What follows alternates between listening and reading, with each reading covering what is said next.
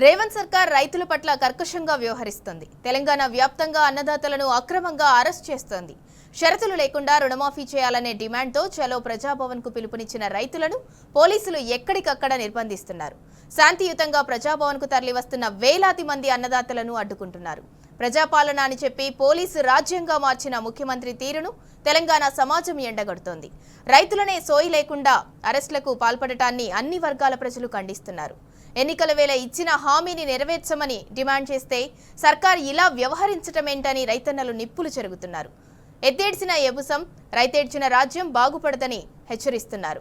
సర్కారు తాటాకు చప్పుళ్లకు భయపడేదే లేదని తేల్చి చెబుతున్నారు. ఎన్ని అవాంతరాలు సృష్టించినా ప్రజాభవన్ను ముట్టడించే తీరుతామని సవాల్ విసురుతున్నారు. రైతులందరికీ 2 లక్షల రుణమాఫీ చేయాల్సిందేనని డిమాండ్ చేస్తున్నారు. లేకుంటే తీవ్ర పరిణామాలను తప్పవని వార్నింగ్ ఇస్తున్నారు.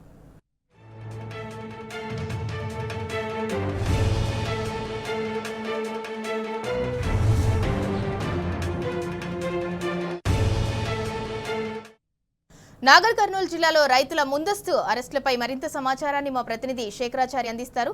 చారి, చెప్పండి, నేడు చలో ప్రజాభవన్ కు రైతులు పిలుపునిచ్చినందుకు రాష్ట్ర వ్యాప్తంగా రైతులను, రైతు సంఘాల నాయకులను నిన్నటి నుంచి అక్రమ అరెస్టులు చేస్తున్నారు. ప్రస్తుతం నాగర్ కర్నూలులో సిచ్యువేషన్ ఎలా ఉంది? రైతు సోషల్ మీడియా వేదికగా ఇచ్చినటువంటి పిలుపు మేరకు రైతులంతా సంఘటితంగా చలో ప్రజాభవన్ వెళ్లాలని చెప్పేసి ముందస్తుగా వెళ్తున్నటువంటి క్రమంలో, అంటే వెళ్లాలనే ప్రణాళిక రూపొందించిన క్రమంలో నాగర్ కర్నూలు జిల్లా వ్యాప్తంగా కూడా పోలీసులు ముందస్తుగా అర్ధరాత్రి నుంచి కూడా అరెస్టుల పరంపర కొనసాగుతా ఉంది. కొంతమంది బీఆర్ఎస్ నేతలతో పాటు రైతులను, ముఖ్యంగా ఎవరైతే హైదరాబాద్ వెళ్తున్నారన్న సమాచారము వాళ్ళకు ఉందో, కొంతమంది ఎవరైతే లీడ్ చేస్తారో వాళ్ళందరినీ కూడా పూర్తి స్థాయిలో తెల్లవారుజాము నుంచే కూడా వాళ్ళ ఇళ్లకు వెళ్లి అక్రమకు రావాలి, మీరు వెళ్ళొద్దు, హైదరాబాద్ వెళ్ళొద్దు అని చెప్పేసి ముందస్తుగా అరెస్టు చేసినటువంటి పరిస్థితి. Nagarkurnool post Nagarkurnool municipal chair Kalpana భర్త భాస్కర్ గౌడ్ బీఆర్ఎస్ నేతను ముందస్తు ఉదయం తెల్లవారుజాము నుంచి కూడా ఇంటి నుంచి తీసుకొచ్చి పోలీస్ స్టేషన్ లో నిర్బంధించారు. ఆయనతో పాటుగా బీఆర్ఎస్ నేత నాగం జనార్దన్ రెడ్డి ముఖ్య అనుచరుడు కూడా ముందస్తుగా అక్కడి నుంచి ఇంటి నుంచి తీసుకొచ్చి పోలీస్ స్టేషన్ లో నిర్బంధించిన పరిస్థితి. ఇది ఒక నాగర్ కర్నూలు వ్యాప్తంగా కూడా కొనసాగుతా ఉన్నాయి. దీంతో పాటుగా రంగారెడ్డి జిల్లా పరిధిలో ఉండేటువంటి కల్వకుర్తి నియోజకవర్గ మండలంలో, అంటే ఈ మాడుగుల మండలం హైదరాబాద్ కు చాలా దగ్గరగా ఉంటుందని చెప్పేసి అక్కడ ఉన్నటువంటి మాజీ ఎంపీపీ జైపాల్ నాయక్, ఆయనతో పాటు లాలయ్య యాదవ్, తర్వాత కొంతమంది జైపాల్ రెడ్డి, వీళ్ళందరినీ కూడా కొంతమందిని పోలీస్ స్టేషన్ కు తీసుకొచ్చారు. వాళ్ళ ఉదయాన్నే చెప్పకుండా అక్రమంగా తీసుకొచ్చారని చెప్పేసి వీళ్ళొక్కరే కాకుండా ఇక్కడ తలకొండపల్లి సర్పంచ్ భర్త జ్యోతయ్యతో పాటు మరికొంత పార్టీ ప్రెసిడెంట్ శ్రీశైలం యాదవ్, వీళ్ళందరినీ కూడా పోలీస్ స్టేషన్ అక్రమంగా తరలించారు.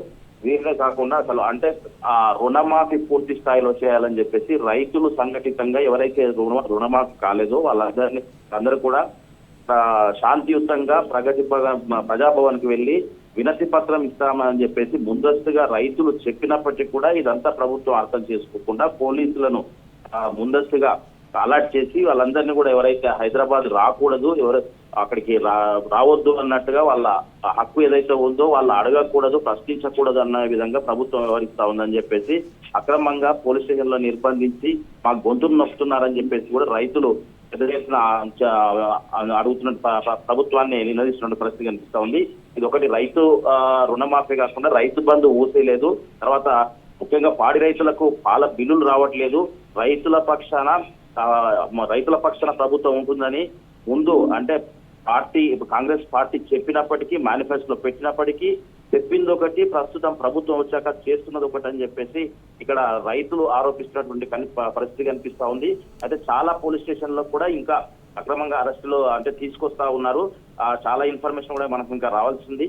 ఏదేమైనప్పటికీ మార్గమైన చర్య అంటే ప్రశ్నించే వాళ్ళను అరెస్టులు చేయడం ఎంతవరకు సమంజసం అని చెప్పేసి రైతు సంఘాలు కూడా ప్రభుత్వాన్ని నిలదీస్తున్నటువంటి పరిస్థితి కనిపిస్తా ఉంది. మొత్తంగా నాగర్ కర్నూలు జిల్లా వ్యాప్తంగా నాగర్ కర్నూలుతో పాటు అచ్చంపేట, కొల్లాపూర్, నాగర్ కర్నూలు, కల్వకుర్తి నియోజకవర్గాల్లో ఈ అక్రమ అరెస్టుల పరంపర కొనసాగుతా ఉంది. ఎన్ని నిర్బంధాలు విధించినా, ఎన్ని అక్రమ అరెస్టులు చేసినా, ఏది చేసినా కానీ ఖచ్చితంగా రుణమాఫీ పూర్తి స్థాయిలో చేసే వరకు ప్రభుత్వాన్ని వదిలిపెట్టే ప్రసక్తే లేదు. అడుగడుగునా నిలదీస్తాం, అడుగుతాం, ఆ హక్కు వాళ్ళు చెప్పింది ఏదైతే ఉందో అది చేసే వరకు కూడా వెంటాడతామని చెప్పేసి కూడా ఇక్కడ నేతలతో పాటు రైతులు ప్రభుత్వాన్ని హెచ్చరిస్తున్న పరిస్థితి కనిపిస్తా ఉంది ఇక్కడ. Right, thank you Shekharachari.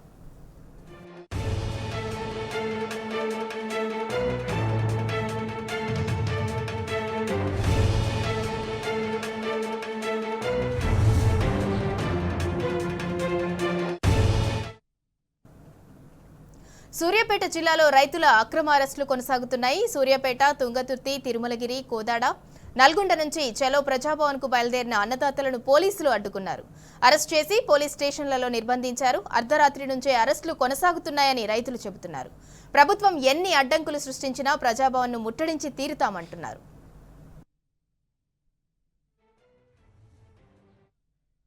KCR గారి నాయకత్వం, కేసీఆర్ గారి నాయకత్వం, కిషోరన్న నాయకత్వం, కేటీఆర్ గారి నాయకత్వం, జై తెలంగాణ. ఖండిస్తున్నాం ముందస్తు అరెస్టులను, ముందస్తు అరెస్టులను. హైదరాబాద్ ప్రజాభవన్ ముట్టడి కోసం వెళ్తున్నటువంటి బీఆర్ఎస్ నాయకులమైన మమ్మల్ని రైతు రుణమాఫీ చేయకుండా ఎగ్గొట్టినటువంటి ప్రభుత్వం అరెస్ట్ చేయడాన్ని తీవ్రంగా ఖండిస్తా ఉన్నాం. రాష్ట్ర కాంగ్రెస్ ప్రభుత్వం రైతులకు హామీ ఇచ్చిన 2 లక్షల రూపాయల రుణమాఫీని వెంటనే అమలు చేయాలి. జాప్యం చేయకుండా 2 లక్షల పైన ఉన్నటువంటి రైతులందరికీ కూడా 2 లక్షల రూపాయలు బ్యాంకులో జమ చేసి మాఫీ అయ్యే విధంగా చర్యలు తీసుకోవాలని డిమాండ్ చేస్తా ఉన్నాం. జై తెలంగాణ.